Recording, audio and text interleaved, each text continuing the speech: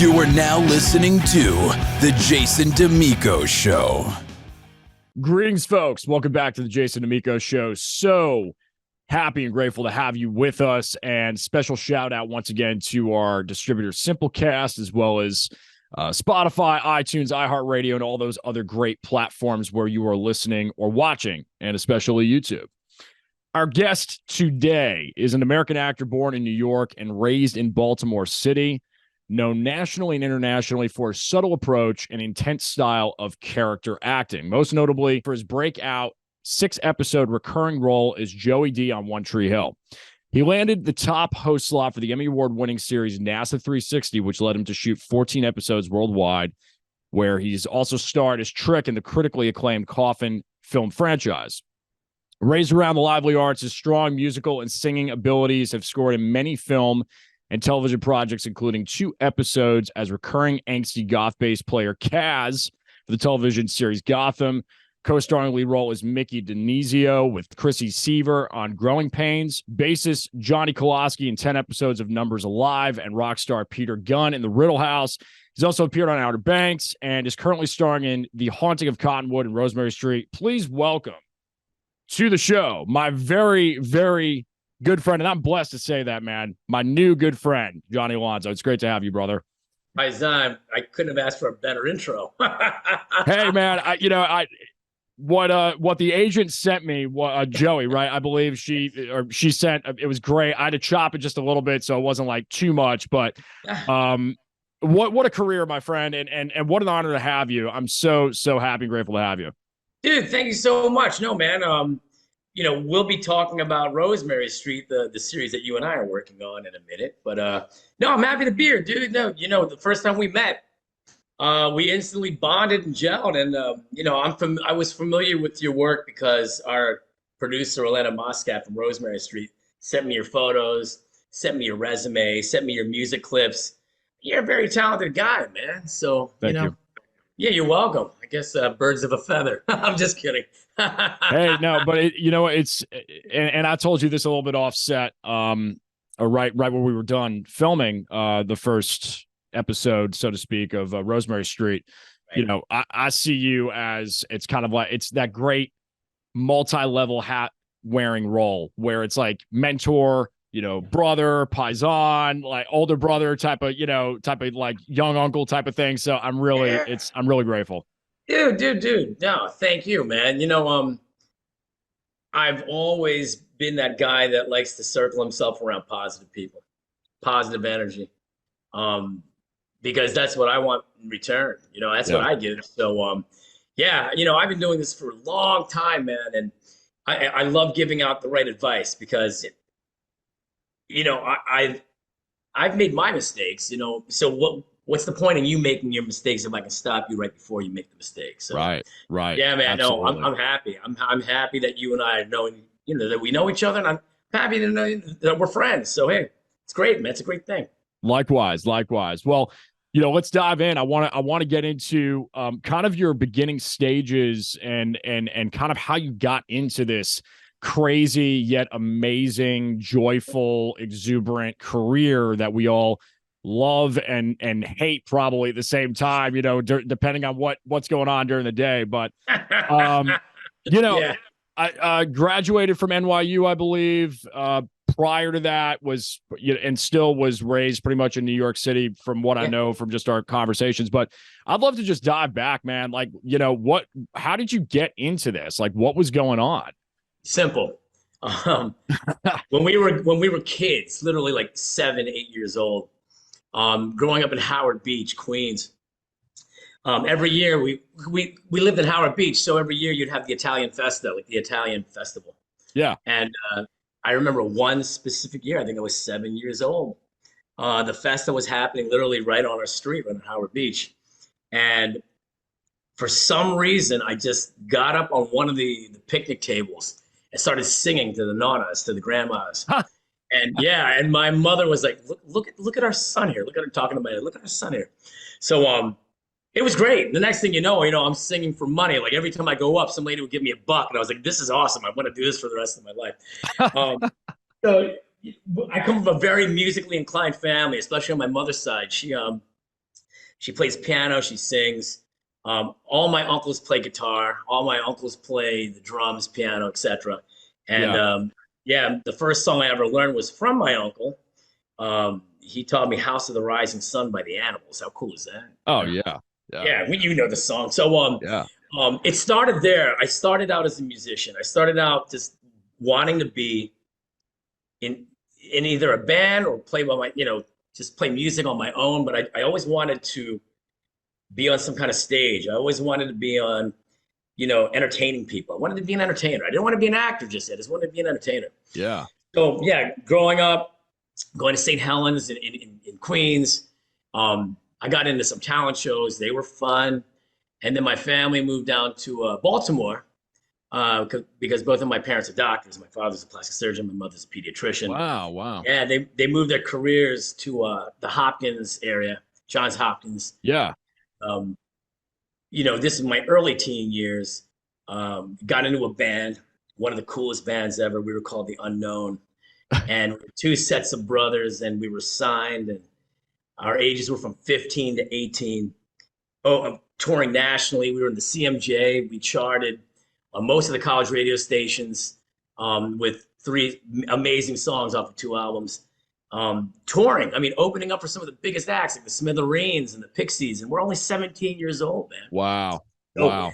I couldn't get enough of it. But, this was a time in music when music was changing at a very rapid rate, where the sound was just changing from that dark shoegazing new wave alternative that we loved so much to more of a brassier, grungy 90s flair. You know what I'm talking about. So right. Yeah, so I'm not saying like bands like Joy Division and Echo and the Bunnymen, which we were so influenced by, Jesus and Mary Chain, which we were so influenced by, was becoming passé. It wasn't passé at all. Just that the sound was evolving and we weren't evolving fast enough. So the band broke up after an incredible ride. Wow. But that's where I built my fan base. So I didn't know what to do when the band broke up. Seriously, I had no idea. So I went back to school. I got into NYU, went back up to New York. And I realized there was a lot of acting on stage when we were playing, as you know, Jason, when you're playing out. It's not always just you. There's this character you kind of put on stage when you're playing. Yeah. So I decided to go in the acting program. So if you don't know NYU, if you're not an actor to begin with, and if you're not in the ring already, nobody likes you. And here I am coming in as a musician that wanted to be an actor, and they just did not like me. My class hated me. Wow. Yeah, they wouldn't. No one. I'm not even joking. 0. No one would do dialogue with me. I had to do all my dialogue. Man. Yeah, all of my dialogue by myself. I had to do it as a monologue. But my coach was like, "You really want to do this?" I'm like, "Yeah." And she said, "Okay, well then find a way to make that dialogue into a monologue and prove everybody that they're wrong." I was like, "This is going to be impossible," but I did it.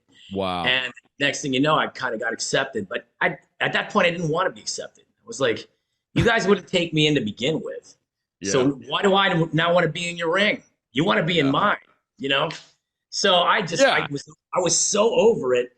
But the great thing is when I was in NYU, when you're in a program, you're not allowed to audition for anything because, it just takes up too much of your time. Sure.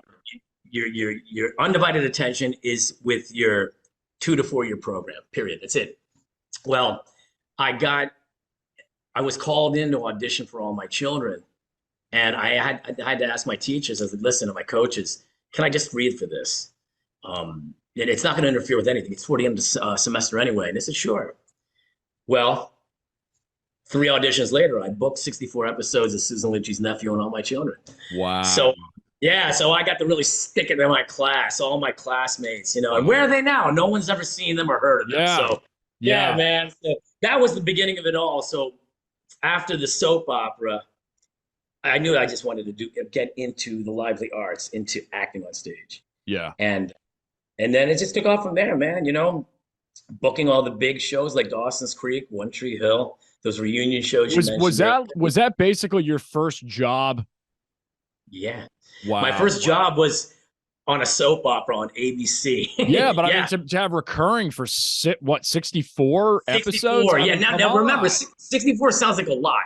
But remember, a TV soap opera is on literally 350 days out of the year. So it was really a small role if you think about it. But I was on set easily over 80 times, 64 episodes. And it was my first gig. It was a small gig, Seth. I was the character Seth. I was a Pine Valley High School student.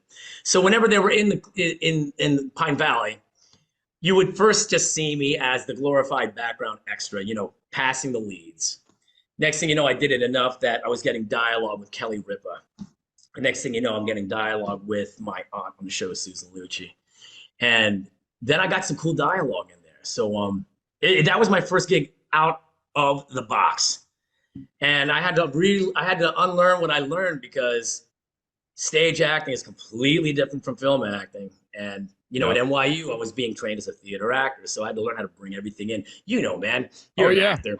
Yeah. Stage acting, we're supposed to be very big and hit the back of the room. Well, I think it was Michael Caine that said acting, stage and film acting is like being either a surgeon or a surgeon with a scalpel or a surgeon with a laser. One is very, very finite, and that's film acting. And I had to learn how to bring myself in, because I'm kind of like an animated kind of guy like you.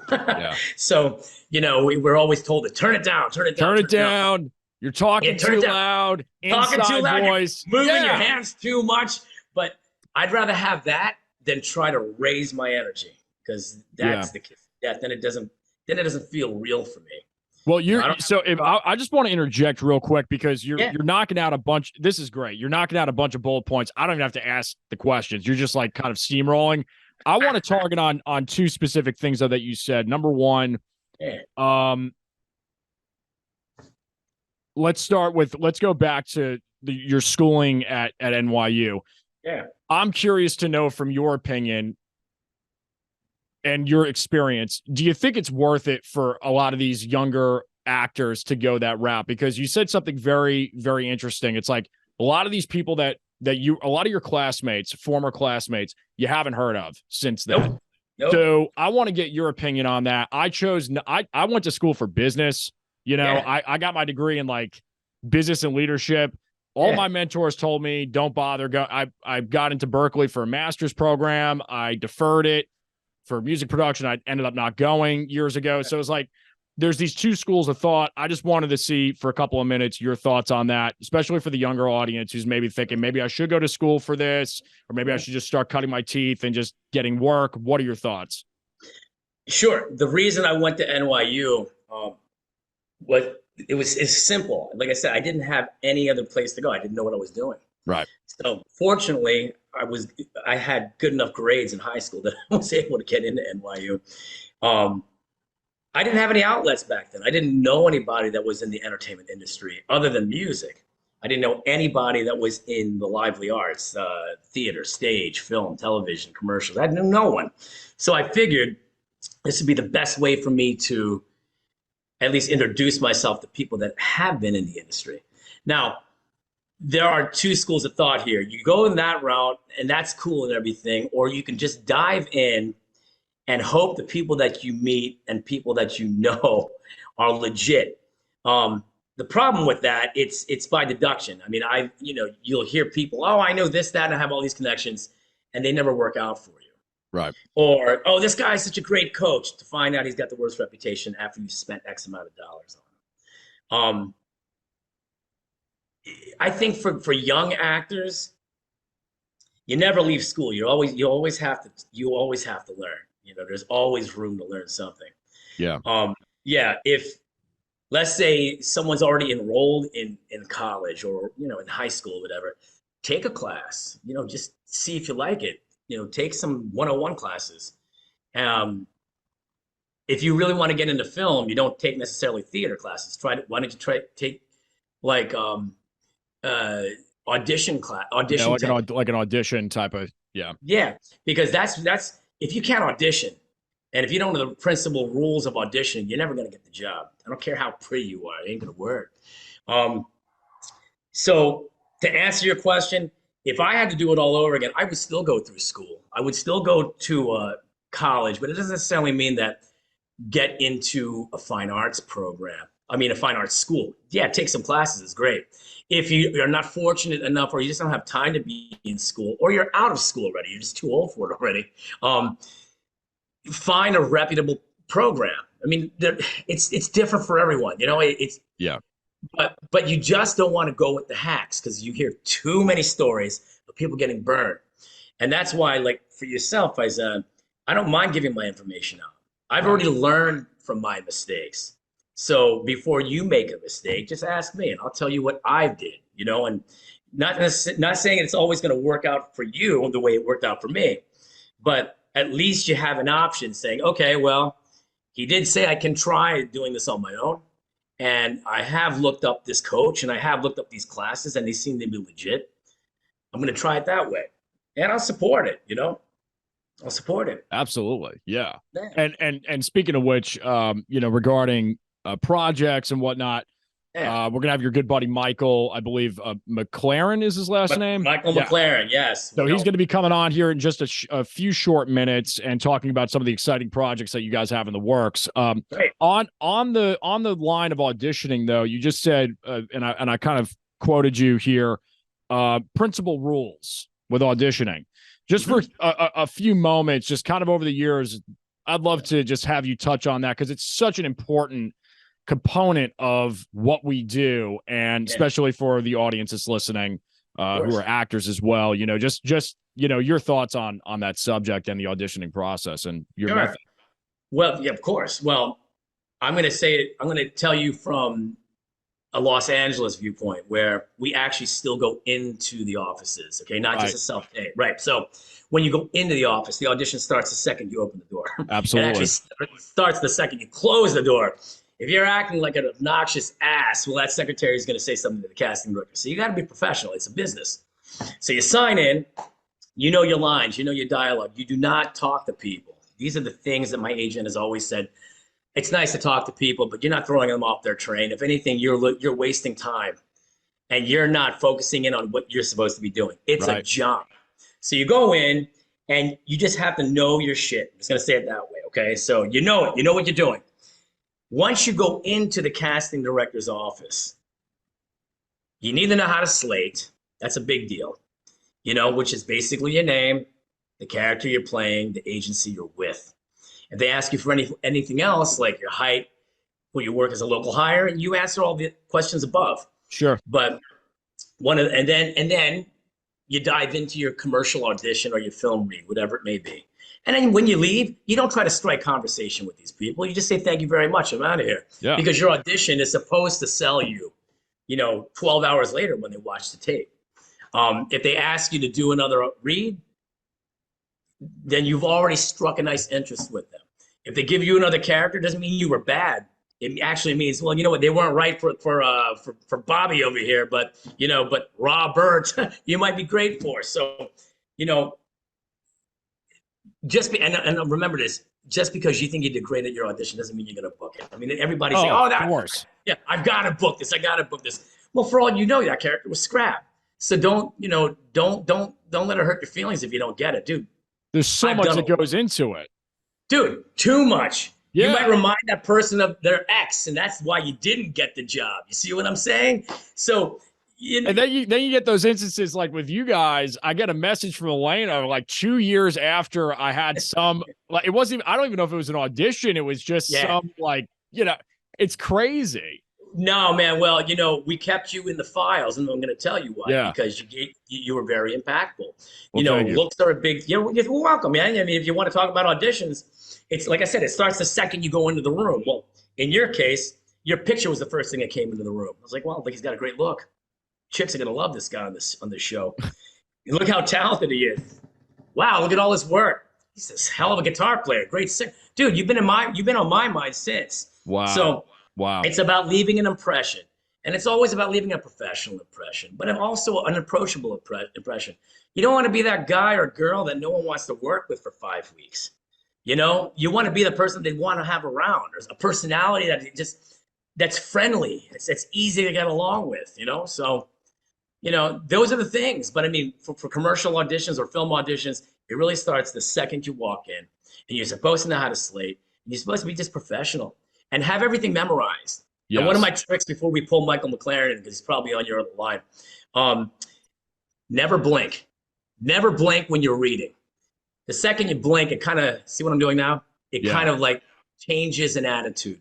But if you're reading and you're nonstop and you're always looking into the camera or not looking into the camera, you're looking at the casting record, but you don't blink. Whoever's watching your tape's going to watch you. And there's going to be something that they like about it. There's a control when you don't blink. So that's one of my tricks for everybody watching out there. Don't blink when you do your reads. As much Very interesting. And universal, right? Comedy, drama, whatever is going on. Yeah. Precisely, because there's a connection. Watch Leonardo DiCaprio and watch him never blink for 45 seconds. It's unbelievable. It's very cool. Watch Depp. He doesn't blink. They don't blink in their close-ups. They never do. And you always have to act like this audition it's a take from a film or a TV show or whatever you're reading for. Yeah. You have to act as it's a profession. It's not play. On self-tapes, I've noticed personally for me, and I don't see Mike yet on the line. So if you want to shoot him a text or something, feel free to. I will. I will. Keep talking. One of the things that I've noticed is, this is just me. I can't speak in generality for everybody, but on self-tapes, when I've kind of taken a little bit more liberty with self-direction, it's turned out positively in my favor. Doesn't mean that you change the script. It doesn't mean that you completely, it's not at all, but it's like, you just have to make definitive choices, go with it, and just kind of, and I think Bryan Cranston talked about it. Whatever you're not provided, you have to create. Without question. As you know, I had 3 yesterday when you and I spoke. That's right. Yeah. And we both say they always come at the most inopportune time. Why is that? I don't understand it. I was free all last week. Now why 3 in one day? Right. But you know what, man? That's the nature of our business. Yep. And that's why we love and hate this industry. But you're right. As I said earlier, if I rewind back 2 minutes, acting is a heightened reality. So it's what you create. And just reading a page like this, see what I'm doing? My eyes aren't even looking at you. Yeah. Boring, BS. But if I have it all in my head and I'm just holding my script and I'm looking at you and I'm doing this and I'm able to move my hands freely and I'm not blinking, all of a sudden you're engaged with what I'm doing. Remember this too. Anybody that's watching, be very cognizant of your timing. If it's film or television, remember, an hour episode, I've worked on all the episodics that have been an hour. So you kind of have to remember, you can't take your time so much. You have to keep it within a television timing. Film, you have a little more grace. You can play with the time because it's film, and you can then stretch your time and your pregnant pauses. Television time, and you have pauses, but you got to remember, it can't be 19 seconds of a pause. It might only be 4. Yeah. So just always remember what kind of timing you're working with. Hang on, let me just send that. He's in. Yeah, he just came in. So we'll push him in just a few seconds. Yes, and we talked about cadence on the set of Rosemary Street. You were doing you are directing Rosemary Street. You're one of the co-directors. So yeah, co-directors. Yeah. Some of the directing that you were doing with some of the featured extras or some of the other cast members, I was just kind of watching you and noticing you and what you were talking about. And directing was, you said one phrase, cadence is everything. And I was like, it's so, and I have the same school of thought, like just the rhythm itself will sell a scene. Sure. If the rhythm is there, if the rhythm is there, look, that's why comedy is so great when you have great comedians, because the timing is so perfect. Yeah. Like I said, remember that. And also, last thing before we pull Michael in. Yeah. When you're doing a commercial audition, let's pretend that you're a chef and you're making a salad. Well, you don't make everything down here. You can't see what I'm doing. You grab the salt and pepper from behind you and you're making everything up top. You're doing it this way. Always know what your box is in the camera. Right. Also, when you're acting, that's why you saw me when we were shooting at the Depot. I'm like, hey, what's my frame? Always know. No one. It doesn't hurt to ask what your frame is. Yeah. Because I want to know if I'm going to light my cigarette. I'm going to be down here. Or am I going to light it off the wall from back here? What am I doing? Just be big about things, man. They can always turn you down. That's what I keep telling people. I love that. Well, let's get Mike in. Yes. Okay, so folks, we're back. We had a little bit of a technicality there, but we're kind of jerry rigging this so we can have Michael on. Michael McLaren, director of the Haunting of Cottonwood, and a good friend of Johnny Alonso. So, Michael, welcome to the show. Welcome to the Jason Damico Show, and we're glad to have you, my friend. We were talking a little bit before we got you on the show. A little bit before we started the episode. You guys have a red carpet event coming up and wanted to learn a little bit more about that. Tell us a little bit about the project. And you guys have multiple projects that you guys are in the works with right now. Yeah, we've been very busy. This year's been good. Next year's going to be even better. We have like 4 projects slated for next year. But yeah, we have a red carpet premiere of the Haunting of Cottonwood on October 21st in the beautiful little quaint town of Mount Dora, Florida. I always choose to host my little premiere as a thank you to the town for sponsoring us. You know, they give us a lot of leeway in the town, and they supply us with a lot of fabulous properties and whatever we need. You know, the people are open to us filming there. So it's a little thank you back, and I like to throw a big after party as a thank you to the crew and cast. Absolutely. So it's going to be a Halloween party. Oh, that sounds like it's going to be a lot of fun.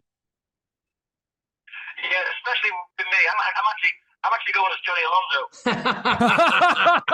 Alonso. You know what, man? You'll do a better job of him than me. I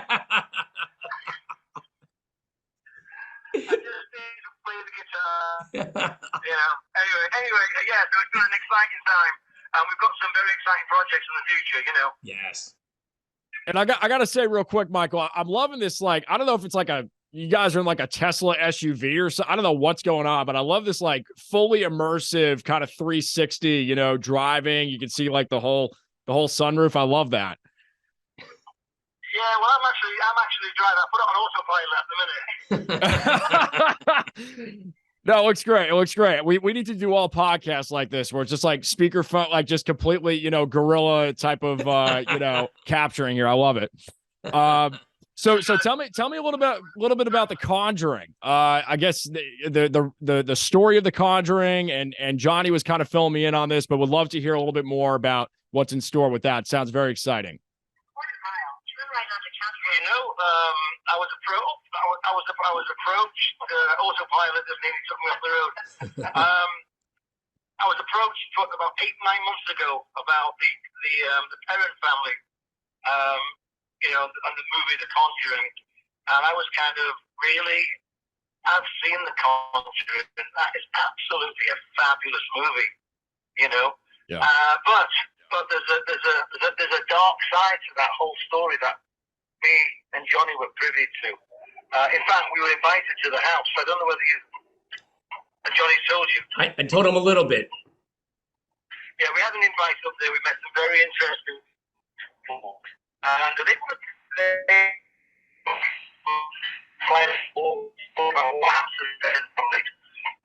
their eyes. The Conjuring is through the eyes of the Warrens, you know, the paranormal investigators. So the movie franchise is based on their files, but the Perron family want to tell us, you know, a little bit more depth about their situation. We had a wonderful day there, and you know, to be honest, I've never been in a house so calm. Yeah. You would never believe it. The house had such a calm feeling about it. You know, I was bricking it. And when we were driving up into the sticks of Rhode Island, I mean, we're going right up into the forest, and the heavens opened. It went dark. It was like we were being told not to go. Yeah. Wow. When we got there, there was police, fire engines, everything. The whole kind of neighborhood flooded out as we were there. Yeah. It was pretty scary. Anyway, we had a great time. When we walked into the house, it was so peaceful. I was very, very shocked at that. I was really expecting it to be spooky, and it wasn't. It was a family home, and you could feel the love there. Wow. So that was an experience itself going there. So I'm really looking forward to tackling this project, probably early next year. Well, we're going to interview the dad in a couple of weeks. we have an interview set up with Roger Perrin, the father. We're going to have a chat with him and just, start the ball rolling, basically. Just get a feel of the project. So very exciting. Yeah, very exciting. And I mean, I don't know how much, I don't know a lot about it, but I know that what Johnny's told me, allegedly, the story was not 100% of what happened or something like that. And you guys are going to basically make it, or the intention is to make it based on the actual story that occurred. Exciting. Sorry, I just realized what the problem was, guys. What's that? My phone was on Bluetooth. Oh, there it is. You want to try and switch? You want to try to switch? No. Keep that in. Okay. All right. That's all right. We'll just do a couple more minutes with him. Sure. Yeah, but Michael, I'll once you're off camera, I'll fill in just some details. A couple of things that you and I were talking about with the true story of the Conjuring's bit. But getting back to our screening in Mount Dora, we also have the screening in Baltimore come January, and you were with me in Baltimore about a month ago. What are your thoughts about the Senator Theater?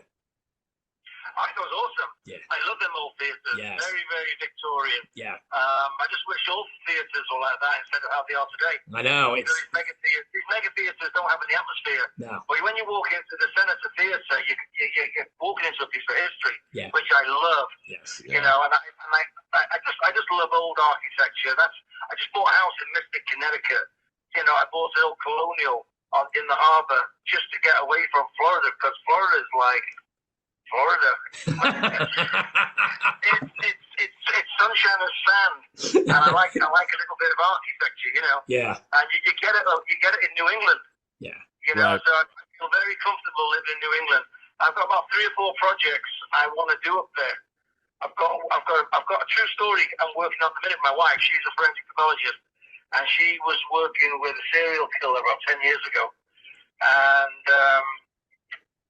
without giving too much away, this is going to. There's a certain element that's never ever been done with all these movies of serial killers. Wow. And I've got the evidence in my face. Yeah. Johnny, you can explain. I will. I will. No, listen. Go ahead. This is something I'm going to be looking forward to doing. It's called Face. Yes. So, when the stench of rotten flesh consumes the attic, there's only one place left: the crawl space. You and your taglines, Michael. You and your taglines. That's for next year. But this year, yeah, super excited to be in Baltimore. Johnny's up there, went to his brother's restaurant. We had a wonderful time, and I'm looking forward to the Senator. Yeah, but yeah, Mount Dora is the 21st of October. Right. The Horton of Cottonwood. We have a fabulous cast and crew. And I'm just looking forward to having a good party and wrapping up my filming days in Florida, basically. Yeah, man. Great. Sounds good, Mike. So you know what? I'll fill in the dots. I'll fill in the blanks. I will see you in Florida next week, Michael, and then we will we'll have a great premiere party in Mount Dora. Then we're going to take it up to Baltimore, man. All right? We most certainly are. Secondly, we just finished another film. I was producing on it. Yes. It was called Crocodile's Mating Season with Stanley Pomenansky. I don't know whether Johnny's touched on that with you, Jason, but that is that's hilarious. That's kind of a cross between Monty Python meets Ace Ventura. Yeah. I mean, it's hilarious. And that's super released soon. We're negotiating with distribution companies at the minute. Right. And I think me and Johnny are going to the American Film Market in November. Yes, in Santa Monica, brother. AFM. AFM, yes. Yeah, so AFM. So hopefully things will move that way. Yes. So on Awesome. that note, gentlemen, thank you for having me on, Jace. Sorry about the connection. No worries. I'm on a cell phone driving, Hey, at least we made it work. We got three producers here. It's like we got to figure out how to get you on. So it's been a pleasure, and looking forward to talking more and seeing more of what you guys do. Exactly. Jason, where are you based? Currently in North Carolina. Okay. I was going to say, if you're close to Baltimore or Florida, you could have come to the premiere. Yeah, I'll definitely be up for the Rosemary Street premiere. I believe early November. Is that when that is, Johnny? Yeah, that's in November, and then when we do the Baltimore screening and the Senator, that's going to be in January. Gotcha. Yeah. So we'll need You you have to. an open invitation, Jason. Thank you so much. Well, it's not too far away, so we may be able to make that work. Hey, make it work. Johnny, always a pleasure. Always, Gentlemen, brother. See you soon, man. ciao. Take care. See you Ciao, later. ciao, Thanks for tuning in. Bye for now. All right, man. Bye-bye. All right. Great guy, huh? Yeah, absolutely. Yeah, Absolutely. No, So glad we were able to make that work. oh yeah, no, man. Michael, I met Michael McLaren and his wife Wendy Labezi. She's also a fellow producer, actress. They were at a screening of my other film called Harvey, which I shot in Florida a couple years ago. And Michael came up to me after the screening. We were at this after party. I was getting lit. I was like 4 Jack Daniels in, and he was said, "Hey man, I've got this script, and I really think you're good for it." And you, as an actor, you're always open to stuff like that. So I said, "Sure, send me the script. What's it called?" He said, "It's called Sebastian." And in his British accent, Sebastian. So Sebastian, as he always says. So I'm flipping through the script the following day in my hotel. Seriously, bro, I couldn't put it down. It was really, really cool. And I told Michael I'd love to be on. So we got together. He rewrote the project along with Wendy, I believe. They all put it together. And then they changed the title from Sebastian to The Haunting of Cottonwood. And we shot in Florida, in Sanford, Florida, most of it in Sanford, Florida. I think part of it in Mount Dora. I'm not very familiar with Florida, but I kept asking him, "Who's your cast, man? Who's your cast?" Because I usually help people cast projects that I'm in, and I don't know anybody in Florida. I really don't know anybody. I wanted this to be a strong cast because don't worry, man, I've got you. And Michael put together an incredible cast. I play a young dad with a beautiful wife and 2 young girls, and I couldn't get over how incredible these actresses were. Wow. And yeah, seriously, super. So in fact, the funny thing is, my eldest film daughter in The Haunting of Cottonwood, played by Carson Jean Holly, she plays Casey on our show, Rosemary Street. Yeah. She plays my youngest daughter on Rosemary Street. I had to have her on the project. But Michael, discovered all this incredible talent in Florida, and he's put together one hell of a film. The Haunting of Cottonwood is definitely a film that you don't want to miss. So, hats off to Michael and this team. And Crocodilus Mating Season, I was just in Florida for that premiere. As he said, Ace Ventura meets Naked Gun meets Monty Python, whatever it may be. It's hysterical dry humor. I play Slade, the rock star. What a killer character. What a great name, by the way. Yeah. Slade. And we had so much fun filming it. And Mount Dora has been great for Stanley Palinowski, Michael McLaren, and myself. We've really we've had a good time. They've been very receptive. And you should check out Stanley's work. Stanley's got some great work. He's a wonderful writer and great producer in the Mount Dora, Florida area. Yeah, man. Fantastic. Yeah. Well, and while we're on the project category, Yeah. would love to give you kind of a space to talk about as much as you can. Yeah, I don't know how much you can at this point, but Chop Shop, right, is Sure. definitely in development, and you were kind of telling me a little bit about it about a month or 2 back, and it just really sounds like a fun kind of mobster comedy thriller type of deal. Yeah, which you're perfect for. The Chop Shop. Hey, let's just be honest. Hey, Paisan. Hey, Paisan.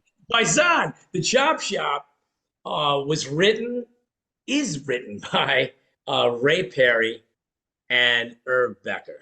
I've known Ray and Irvio for over 20 some years.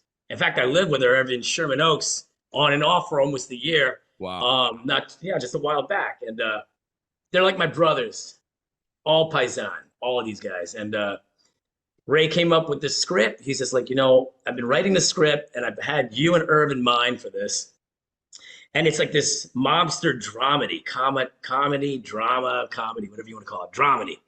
And the writing is super strong. It's just one entertaining piece. I can't give away too much. I can't say much, but I can say that the star-studded cast that they're putting together now it's out of this world. It's going to blow people away.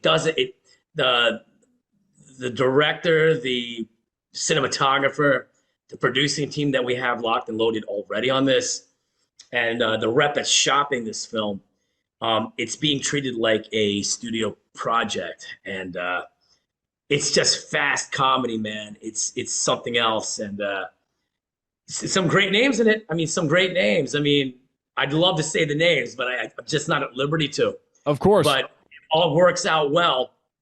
We're no longer going to be shooting on the East Coast.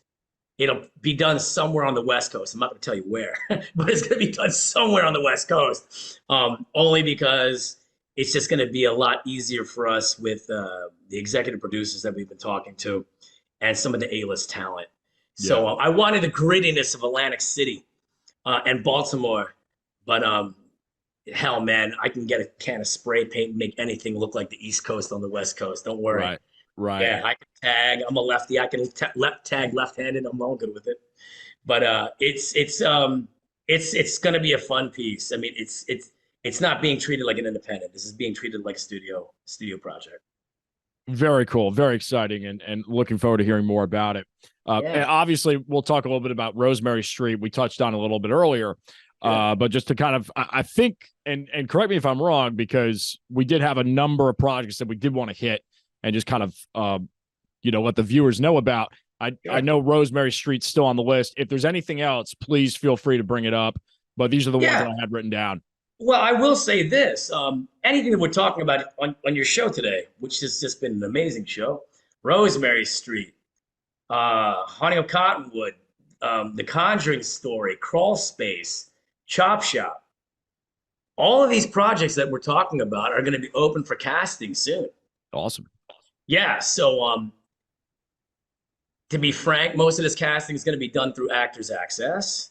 I'm also going to be, since I am a producer on all these projects, along with Michael and Ray and Irv and Elena, we're going to be doing our own casting too, our own private casting, our favorites.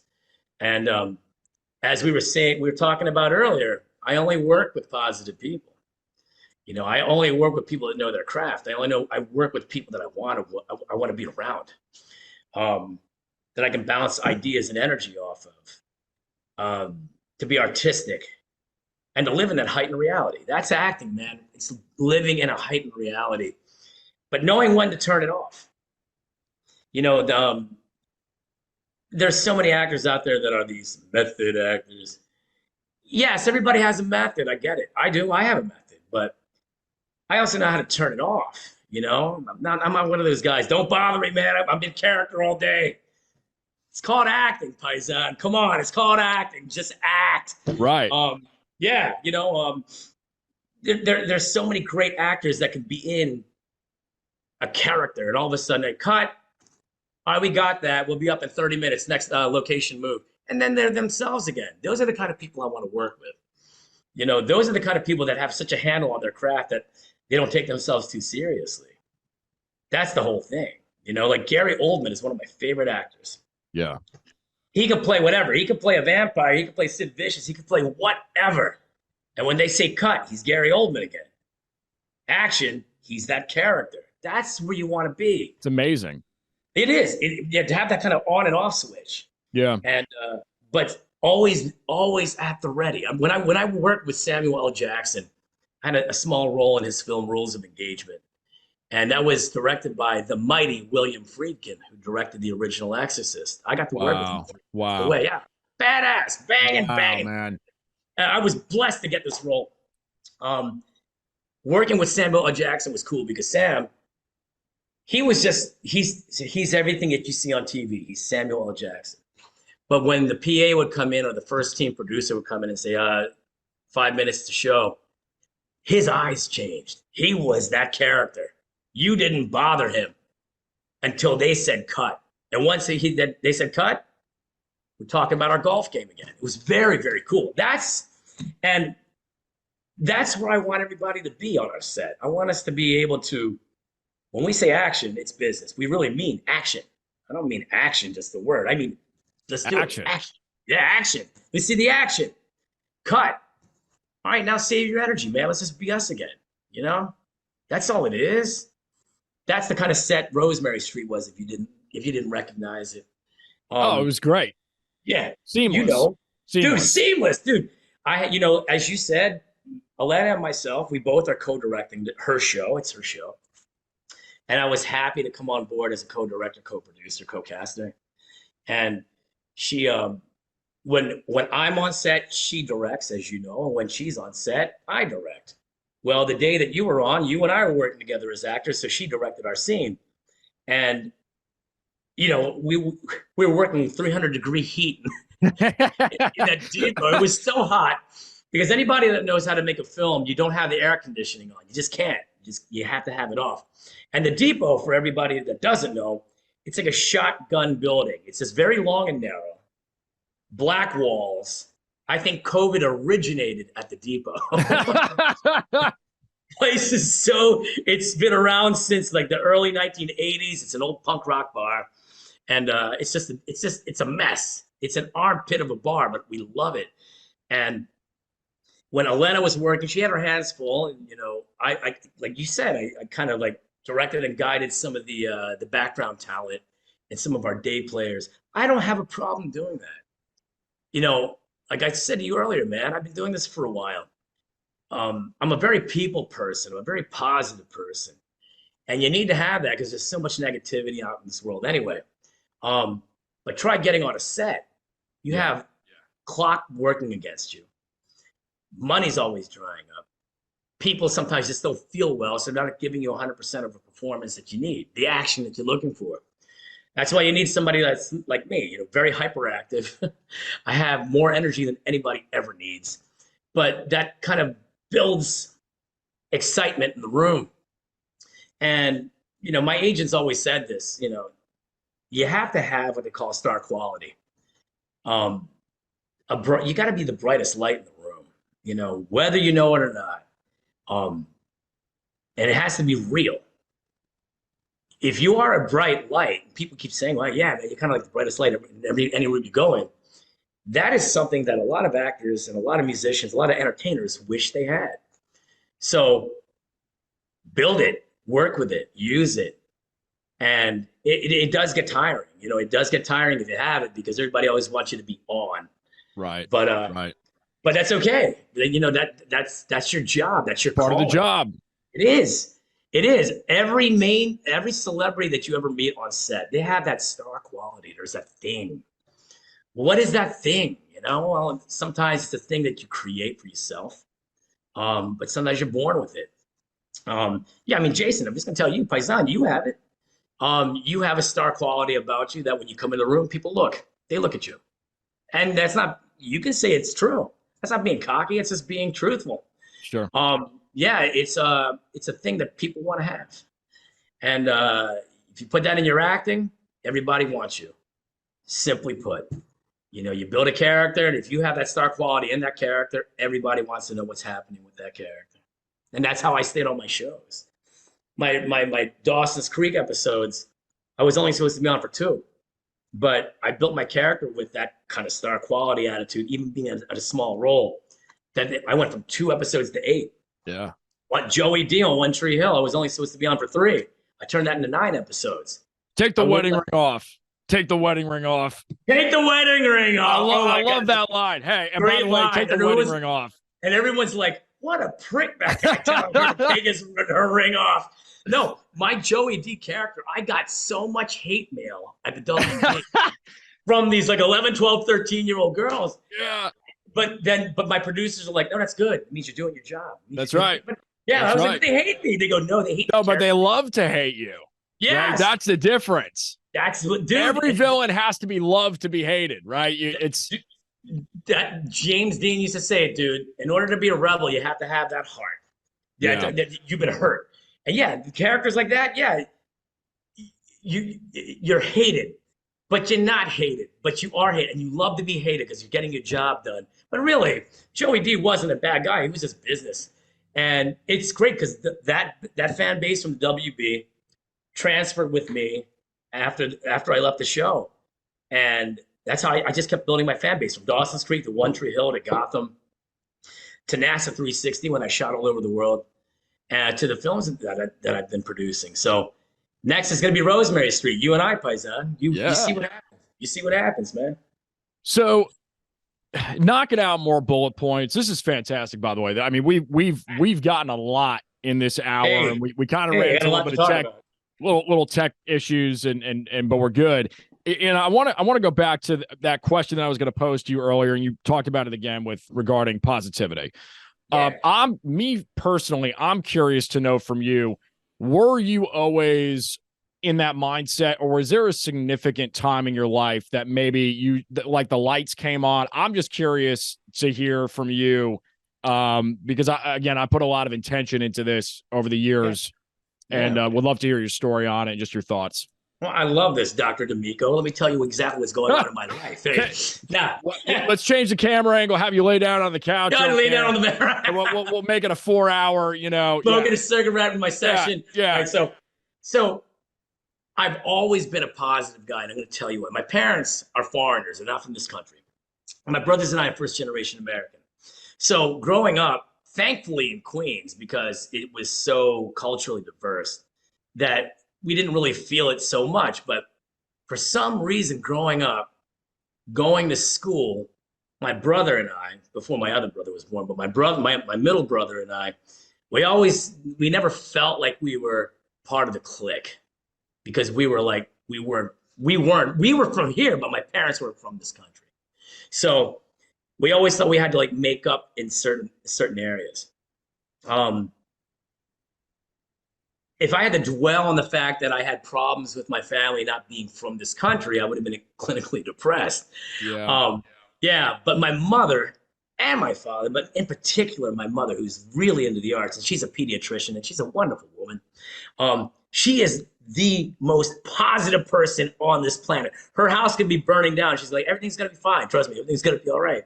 Yeah. And that's where I get it from.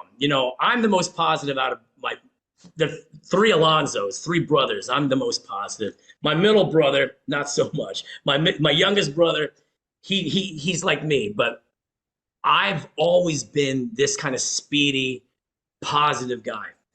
Like I said, I've always wanted to entertain. No one wants to see a depressed entertainer. That doesn't make sense. You want to forget your troubles for a while. When you see somebody entertaining or playing music, they forget for 3 minutes how crappy it was 5 minutes ago. Hey, I really liked your video. Hey, thanks, man. That made my day because you made theirs. Yeah. Yeah. So I've always been positive. I think part of your question is, how do you stay positive? I've always been my biggest cheerleader. As a performer, as an entertainer, you'll find it from your friends and your colleagues and your family. They'll support you up to an extent, sometimes over the extent, which is great. But then there's always going to be that time where someone's not going to be around, and you're like, oh my God, what am I doing? Am I doing this right? Oh my God, I think I'm doing everything wrong. You got to find it within yourself to be that self-sufficient, to believe in anything, any choices you make are the right ones, and stick with it. Even if they're the wrong ones, you stick with it. Because you're going to find, if you're a positive person, you're going to find your way out of it. You're going to find the answer. No one's ever made overnight. People always say to me, man, you're so successful. Dude, success takes years. Sure, I'm successful in my own right. I'm doing very well. Do I want to do better? Of course. I'm not dead yet. May as well keep trying, right? That's all it is. Yeah, that's how I look at it. And have fun at the same time. You know, an actor that just acts, I say this all the time, an actor that just acts 24 hours, 7 days a week is the most boring actor on the planet. You're going to have side gigs. Enjoy yourself doing other things like hobbies, playing guitar, singing, going to karaoke, building a motor. I don't care what you do. But Golf, baby. Golf, you and me, 18. Come on, we'll do a back I know, nine. man. I know. It's on my list. It's on my I'm list. bringing the clubs. I'm bringing the clubs up in November, even though it's going to be a little cold. I will take you to Turf Valley. We'll have a ball. I'm telling you, man, because an actor is supposed to be so well-rounded. An actor is supposed to have special skills and hobbies. You know, I like to ride horses. I love wrenching an old Harley. I've got, 2 Harleys that I work on. You and I, we like to go golfing. I love going bowling. All these things help me focus. See, everything I mentioned, golf, bowling, horseback riding, wrenching an old 64 motor. That's concentration. That's a skill. Acting is all about concentration. Acting is all about knowing your craft, knowing everything about it, and still learning about it. That's what I love about acting. So you gotta have skills. Back in the day, oh, you're just an actor. I think some of the most intelligent people I know are actors, and musicians. Sure, we all get a bad rep. That's fine. We don't want you here anyway. That's fine with me. Yeah, I don't want you here if you're gonna keep saying that. I know what my people are like, and they're great. Yeah. Yeah, man. So, but you can't change everybody's mind, but you can change. You don't have to. No, you don't. That's what I'm trying to say. You don't have to. And you might change a few along the way, and that's great. But guess what? I do this for me. I've seen your videos, brother. You've seen my videos. You've seen my signed acoustic videos. I've seen yours. I do those for me. Yeah. When I first did them, like I started that about 4 years ago here in Mission Beach. I did one because one morning I just woke up and I was like, I haven't played guitar in a while. And I just picked it up and I did it. But the first acoustic video I ever did was Surfer Girl by the Beach Boys. And my girlfriend at the time saw it. She goes, this is really good. I didn't know you actually played. And that kind of scared me because I realized how far away from music I was. I was really getting too knee deep into acting. Wow. Yeah. And I was like, wait a minute. The base of this all was the fact that I was a musician. So I started doing those videos for me. And along the way, people just seemed to like it. So I just started posting them. But really, I do these videos for me. And I have about 60 to almost 70 acoustic videos that I've never posted. I just like setting up the camera, playing somewhere in public, and putting it away. Now it's out of my head. So I don't do it for like how many hits. I don't do it for like, getting 3,000 views. No, I just do it for me. And I think that's what makes it even more special. Yeah. Yeah, even my agent's like, it's amazing that you even have time to do these things. And I'm like, well, I need to, because like I said, an actor who just acts 24 hours out of the day is the most boring actor in the world. I got to do something else, It's important. You're so right. It's so important. It is. And I'll ask you this. I had on here, and I always ask pretty much anybody. I'll ask anybody anything, right? But I always like to leave a couple of minutes on each episode to talk about spirituality, because I think everything really boils down to that, me personally. And I was just curious to kind of get your thoughts on it. Obviously we're talking about positivity mindsets. Just kind of your thoughts on how, if you want to come at it from an acting standpoint, but you can get in as much detail or as little detail as you want, but just curious to hear your thoughts on it. Dude, yeah. Look, like I said, my parents are not from this country. I was raised Roman Catholic. Come on, man. Yeah. I went to private school all my life. Of course, I believe. Yeah, I do. I believe in the higher God. I believe. I still pray. I still pray pretty much every day, not just for me, but for others. I really do. Yeah. I believe, and going back to the Conjuring thing, Michael and I kind of walked in as a skeptic. When we left that property, if I didn't believe before then, I really now do believe that there is something else out there. That's just me, from my standpoint. I'm not trying to change anybody's POV, Of course. but yeah. But when it comes to like spirituality and like belief and religion and all that, my mother, she'd make us go to church every Sunday, and of course, back then when you're a kid, you're like, oh God, every Sunday you got to do this. But now looking back on it, those are like some of my fondest memories. Going out with my parents, and going to the community, not just the church, but after church, hanging out with the people that were there, going to the bazaar, going to the fair, and just hanging out. The whole family thing. I come from a very good family. We have rules, and I never had a problem really following. Well, I can't say that, but I can say that, I'm glad that my parents have instilled the rules that I have today, that I do hold very high in regard, because it's helped me focus in my career, and it's helped me find my timing in life. And yeah, it's everybody's different, but I think when it comes down to it, we're all very much the same, Absolutely. Thanks, Absolutely. man. I hope I answered that question for you. Yeah, there's no right or wrong answer. I always like to open it up, especially if we're in discussion with anything that has to do with mindset and outlook. Because I think a lot of it boils down to, it's almost like I've been into a lot of just, you could call it manifestation work. It's really more of just visualizing, and really believing and seeing in your imagination what you want to see in the reality of the world. And and there's something to it. There's really, really, really something to it. There is. No, there is. You get what you put out there, man. That's what I said earlier, about positivity. You get it, man. I really believe that if you give out the positive love energy, it really does come back to you. And you don't have to ask for it. If you're expecting it to come back, it's never going to come back to you. You just have to give it freely and watch how it comes back to you in its own way, in its own time. I've always felt that. It's just like us as being actors, bro. When you audition, you're not going to get every audition. You never get every audition. No. If you did, you'd be Johnny Depp and Tom Cruise. There's just no way. So, but you get what you put out there. So that's why we continue to try and push and be the biggest cheerleaders for ourselves.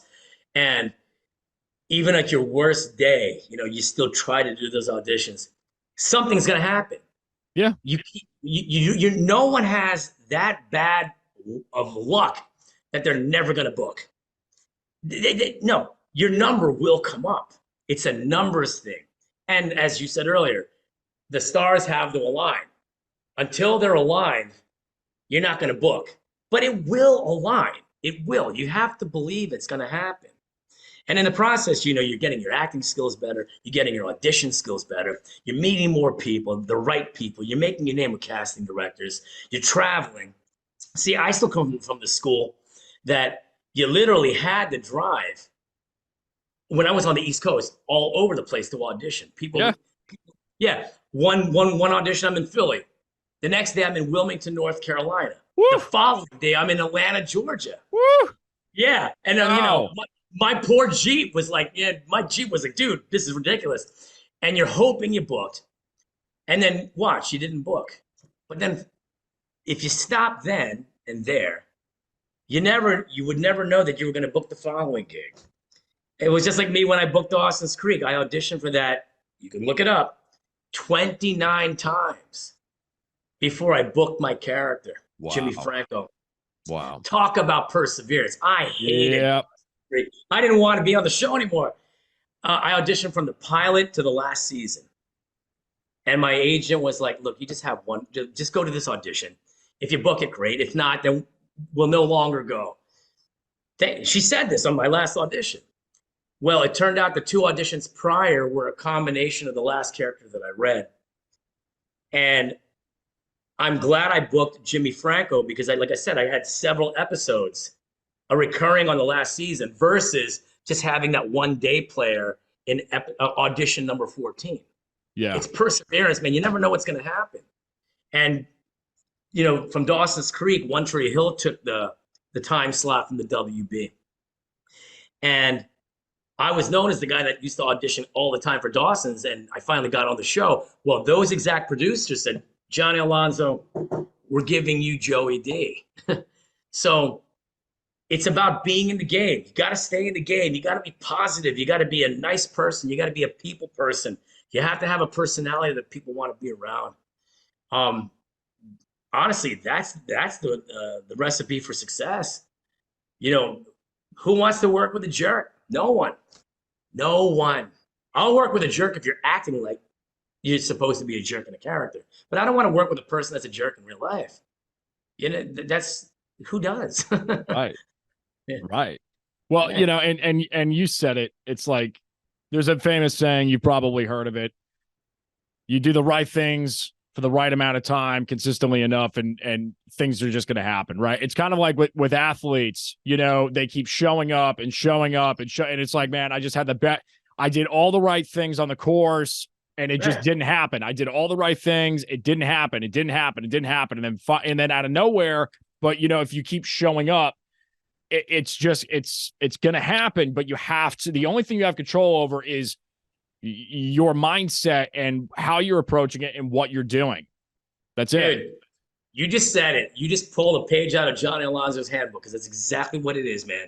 You know, there is no time limit. If you have a time limit in this industry, you have already set yourself up to fail. Wow. Yeah, I always tell it. I say, you got to remember, guys, acting is for all ages and all types. Isn't that a beautiful thing too? When you really think about it, it's like the greatest. Yeah, and it gets better with time because you have more experience to draw from. You know, you become different roles as you get older. You know, brother, and you become better at it. Yeah, you become better. Sure, we all want to be the teen heartthrob. That's great. That's great. Hey, that's great. After that, like, yeah, that's great. You know what I'm saying? It's like, yeah, that's great. Well, I'd rather, you know, it's nice to start there, but it's also nice to know that people respect you actually for your acting and not just your looks. Like I said, Gary Oldman, you know, he's not a bad looking guy, not the greatest looking guy. One talented actor. That's the respect. Anthony Hopkins, one talented actor. You know, like a Jodie Foster, one talented actress. You know, that's where you want to be. You know, but again, there's no time limit here, man. You know, everybody, you know, time is a thief if you let it be. That's an old saying my father used to say. Time is a thief if you let it be. Wow. Oh, yeah. He's a man of few words, but it's always like the length of the Bible. It always means the length of the Bible, that guy. So just utilize your time. Make it work for you. You know, don't stress too much, really. Stress about things that need to be stressed about, but your career, your acting career, no, if you let it happen, you manifest, like you said. You just keep thinking that the positive things and meeting the right positive people. You'll see. It'll happen. It's happening now, bro. It's happening. Yeah. People that are, for you and I, with our show, Rosemary, it's happening now. People watching this episode, people watching your show right now, it's happening for them because they're taking in all the information you and I are talking about. And they're like, hey, I kind of like what he said. Or, nah, that guy was an idiot in that. I'm not going to listen to what he said on that. Good. I want you to say that. I want you to disprove what I said. That means you're still going to try. That's all that matters to me. That's it. It's made an impression. That's it. It's there. That's it. It's burned something in your head. Planted. Yeah. Yeah. So it is, man. So, you know, and yeah, I got to be going soon, but I'll say this, bro. Yep. When it comes to casting, I'm going to say it again because everybody watching, all the shows that we've mentioned, the film and television projects that we're working on from this date forward to early next year, we will be putting stuff out on social media. But like any film project and any television or any commercial project, by the time you see the ad on a Facebook or Instagram thing, all the great roles have been taken. They've already been cast. So I will give you information when we start doing casting for Chop Shop and when it gets on Actors Access. I know that a lot of the casting directors will be using Actors Access for all the projects mentioned. But yeah, I mean, if they follow me, they follow you. They'll see it on the Rosemary Street Chop Shop, McVezy Films websites. You note to actors: always try to get in before it gets out there. Right. Half the reason I book half of my stuff is because I'm the only one reading for it. Got to remember that, guys. If you're only reading against 3 people versus 300, well, where do you think your odds are better? When you're reading only against 3 people. It does take some time to get there, but that's where the networking comes in. That's where producers meet you and they say, you know what? Remember that Johnny Alonso guy? Let's call him in really quickly. Because if he does this job the way I think he's going to do it, then I don't have to read half the country. We're going to save a bunch of time. That's it. Nobody has time. Time and energy.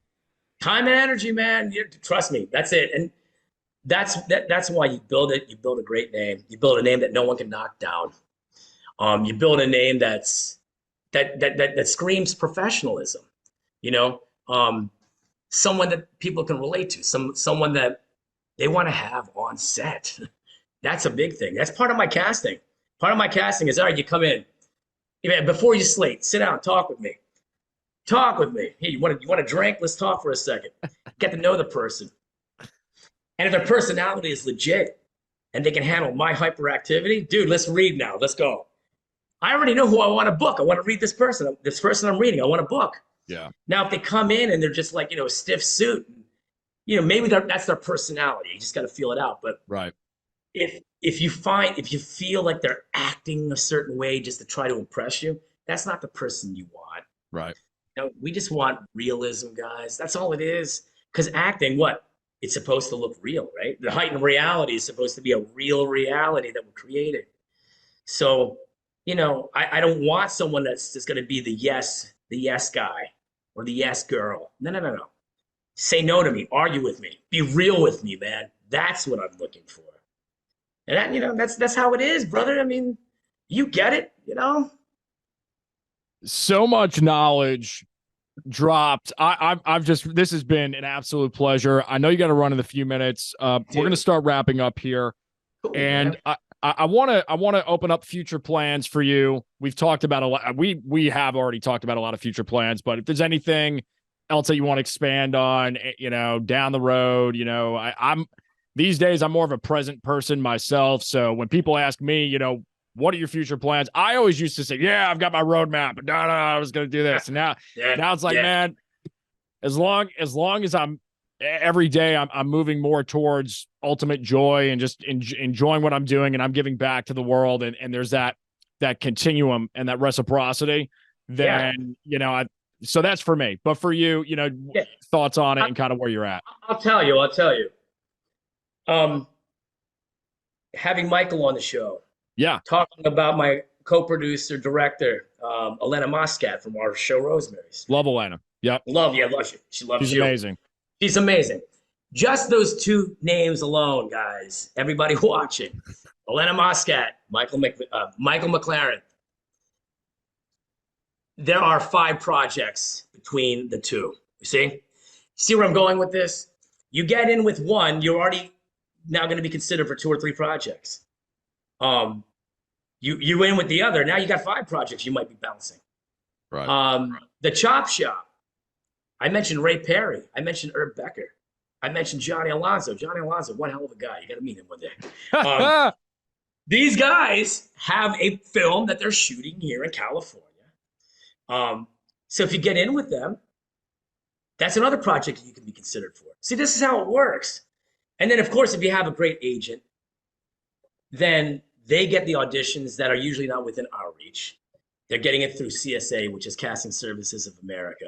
It's a breakdown service that only legitimate casting directors have. They give the legitimate agents and managers. That's the breakdown that puts Jason Damico in the top 4 reads versus 500 people. That's where you want to be. So if you have that going with a good agent or a good manager, and then you have people like me that you're going to be working all the time. So my future plans, getting back to what you were asking, working with these people, acting in the projects, but also producing. I'm producing because I meet so many actors that I love, and they are my favorite actors. I want them in these projects. I don't necessarily have to be in the film as an actor.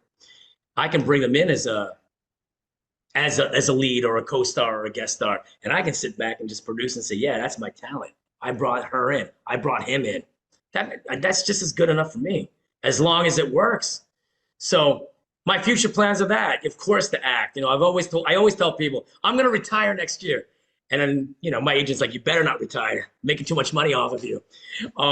That's a good phone call to have. That's a good right. No, problem you to can't have. do this. Yeah. So I'm not going to retire anytime soon, but producing wise, I'm definitely going to be more in the hot seat with it because I really do enjoy. I've always thought I was cut out to be that agent type. Kind of a slick talker, fast talking guy, kind of like Joey D from One Tree Hill. If you think about it, take the ring off. Take the ring off. Take the ring off. Come on. Kind of gets in the way of it. I think that was the line. But yeah, I want to hone actors and musicians into projects that I'm either producing or that my friends are producing, and that we all work together. I enjoy it. I enjoy just watching you on set, bro. When you were on set with us, it was fun watching you act because I've seen you act when you're playing your music with your band, and that's a totally different stage act versus your character on Rosemary Street. And I was like, look, man, we morphed him into what we're trying to do here. He fits with the team, and he's not just Jason on set. He's playing the bar owner. He's playing this guy. And dude, seriously, you came in real. Your character you blew a lot of life into your character, and we couldn't do it with anybody else. That is your character. That is your role. Elena, that is her role. My character, that is my role. Yeah. No one's touching our characters anymore. That's embedded in the Rosemary Bible. So yeah, I'm glad that we were able to pull you on, and I didn't really have to direct you. You came on set like a pro, and you just had you had your lines down, and you did what you needed to do. Your timing, your cadence was perfect. That's all we're asking for. That's all any director's asking for. To come on set as if you are the true veteran actor. That's all it is. Whether you are or not, come in as a pro. It'll show, and you'll be a repeat customer with the producers. I guarantee it. It means a lot. I'm so honored to hear that, and thank you. I really appreciate you for saying those words. Of course.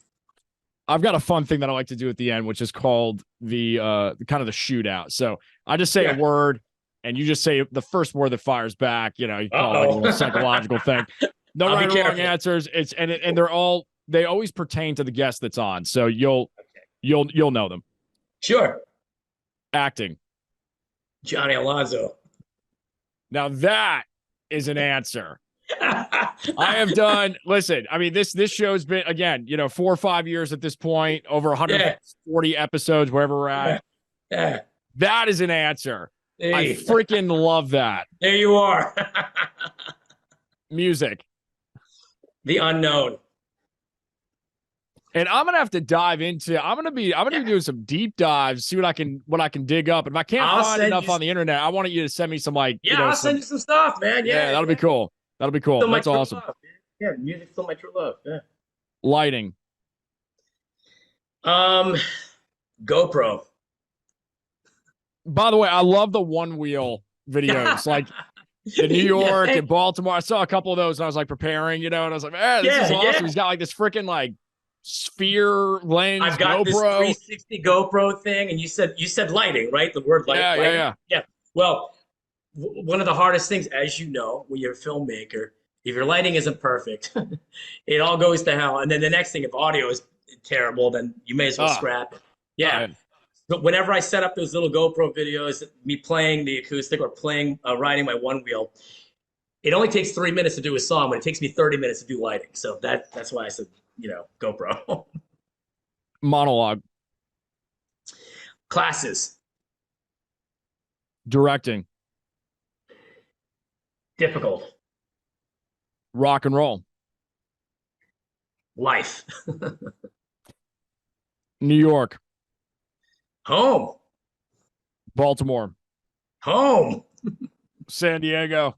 Home. All right, so this is the last, but it's always, and everybody always gets this one, no matter who they are. Uh-oh. It's very important, and that is pizza. Paisan.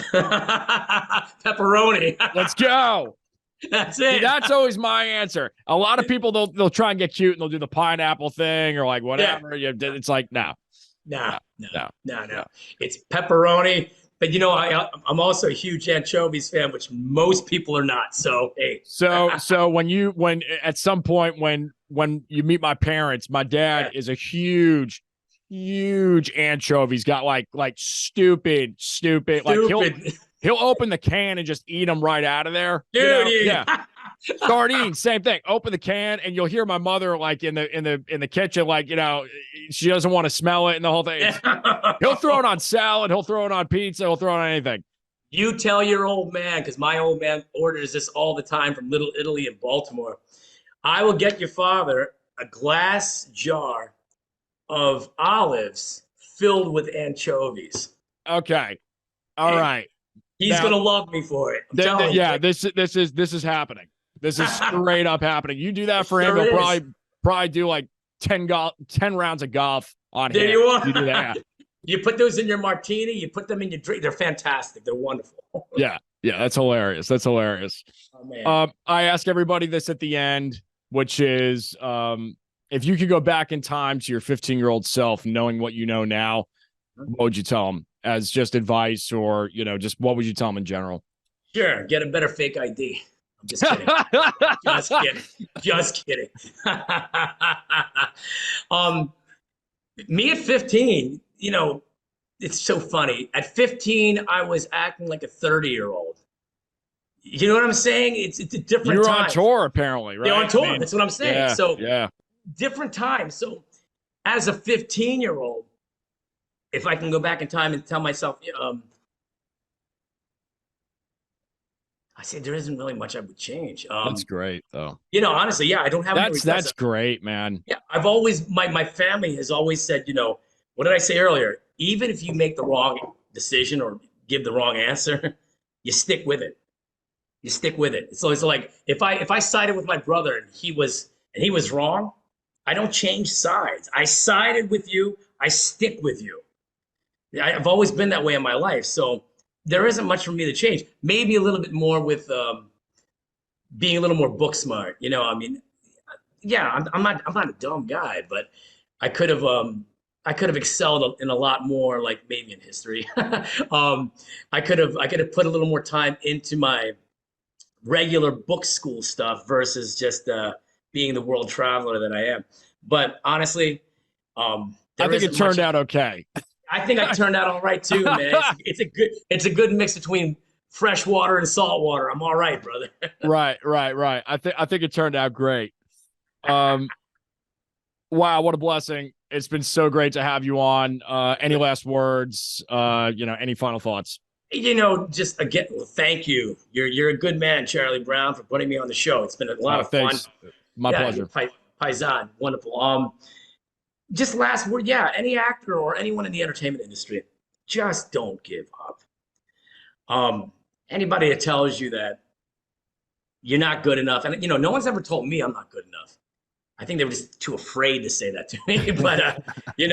But if anybody even, because some people can be catty and they find their own way to make you feel less of a person, less of you. No, don't ever take that from anybody. That's my word of advice. Because then you begin to bruise self-doubt. Like I said, if you make a decision, you go with it. You stick with it, even if you are wrong. Like if Jason said, "Hey, man, I didn't take that," I side with him, whether he did or not. If I find out later he did, I still side with him. I don't change sides.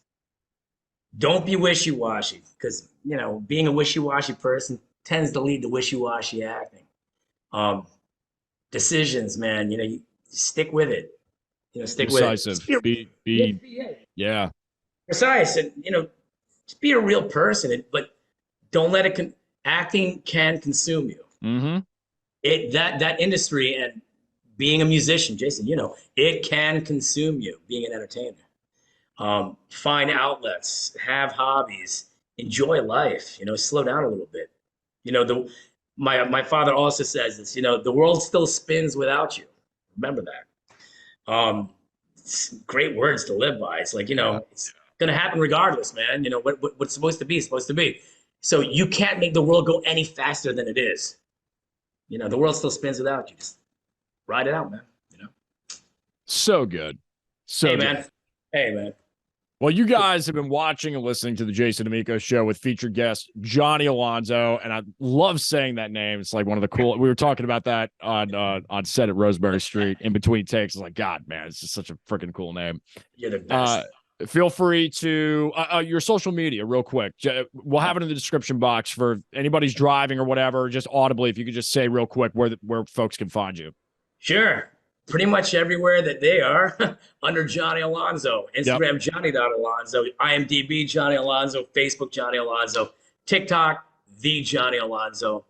If anybody still does Twitter, which I'm telling you, you should, Johnny Alonso. And, of course, JohnnyAlonso.com. Very simple. Awesome. This has been an absolute pleasure. We will see you all on the next episode, and peace.